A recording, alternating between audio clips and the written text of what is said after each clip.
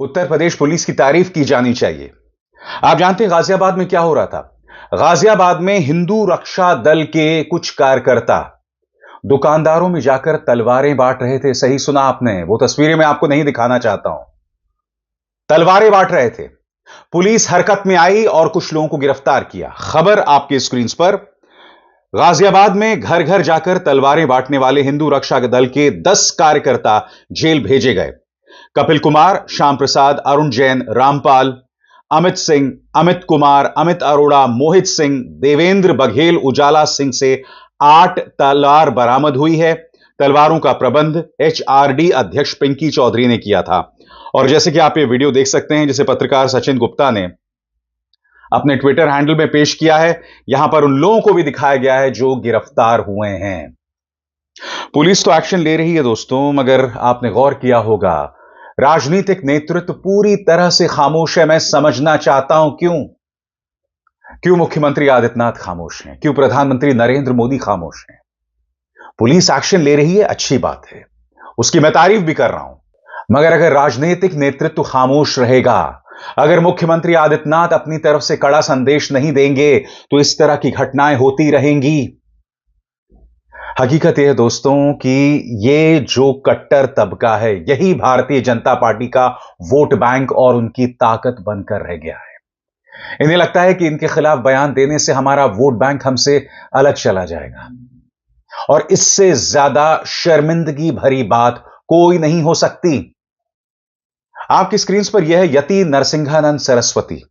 इसने जो बयान दिया है ना दोस्तों, निहायत ही शॉकिंग है।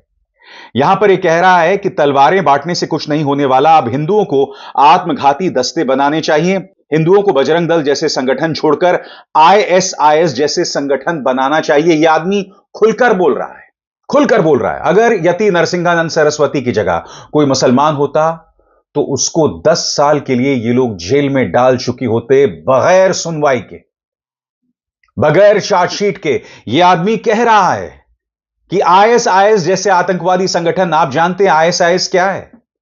आईएसआईएस इस दुनिया का सबसे खतरनाक आतंकवादी संगठन है, और यह आदमी इस तरह के बयानात दे रहा है। राजनीतिक नेतृत्व क्या कर रहा है मैं समझना चाहता हूं। पुलिस एक्शन ले रही है, मगर आप जानते हैं कि यति नरसिंहानंद सरस्वती जैसे खतरनाक शख्स के खिलाफ एक्शन लेने से पुलिस भी कतराने वाली है। यह व्यक्ति इससे पहले हिंदू बहु बेटियों का अपमान करता रहा है, यहां तक कि इसने भारतीय जनता पार्टी के नेताओं और वहां की नेत्रियों को भी नहीं बख्शा, कि भाजपा की नेत्रियों को न जाने क्या क्या करना पड़ता है संगठन के अंदर। मैं फिर आपसे पूछना चाहता हूं, ऐसे व्यक्तियों का क्या इलाज है भाजपा के राजनीतिक नेतृत्व के पास, जो इस बात का ऐलान कर रहा है कि हमें आईएसआईएस जैसे आतंकवादी संगठन बनाने चाहिए? सोच के भी सिहरन पैदा होती है दोस्तों।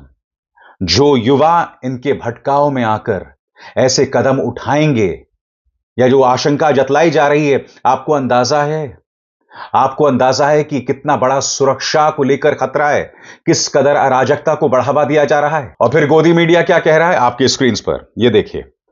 जंग हो या व्यापार, मोदी लगाते हैं बेड़ा पार। देखिए व्यक्ति विशेष, पापा की परी कहती है, बजता भारत का डंका, देश की मजबूत नेतृत्व क्षमता। देश का जो नेतृत्व है ना, वो सुविधावादी नेतृत्व है, यानी कि सीमा में घुसपैठ होगी तो ममता बनर्जी पर दोष मढ़ेंगे। बीएसएफ इनके अंतर्गत है। ममता बनर्जी के सामने इस कदर बेबसी का इजहार किया था अमित शाह ने, और आप कहती हैं कि देश का बजता डंका नेतृत्व क्षमता। मोहतरमा, मैं आपका ध्यान खींचना चाहता हूं इस खबर की तरफ, गौर करें। देश के सबसे स्वच्छ शहर इंदौर में दूषित पानी पीने से 5 लोगों की मौत, 40 से ज्यादा बीमार। सीएम ने 2 अधिकारी सस्पेंड किए, तीसरे की सेवा समाप्त। 3 सदस्यों की जांच समिति बनाई गई। मृतकों के परिजनों को मुआवजे की घोषणा। मंत्री कैलाश विजयवर्गीय ने इलाके का दौरा किया। सरकार ने आधिकारिक तौर पर 3 मौतों की पुष्टि की है। जिन शहरों में दूषित पानी से लोगों की मौतें हो रही हैं, ये क्या कह रहे हैं कि देश के नेतृत्व का डंका बज रहा है, देश का डंका बज रहा है।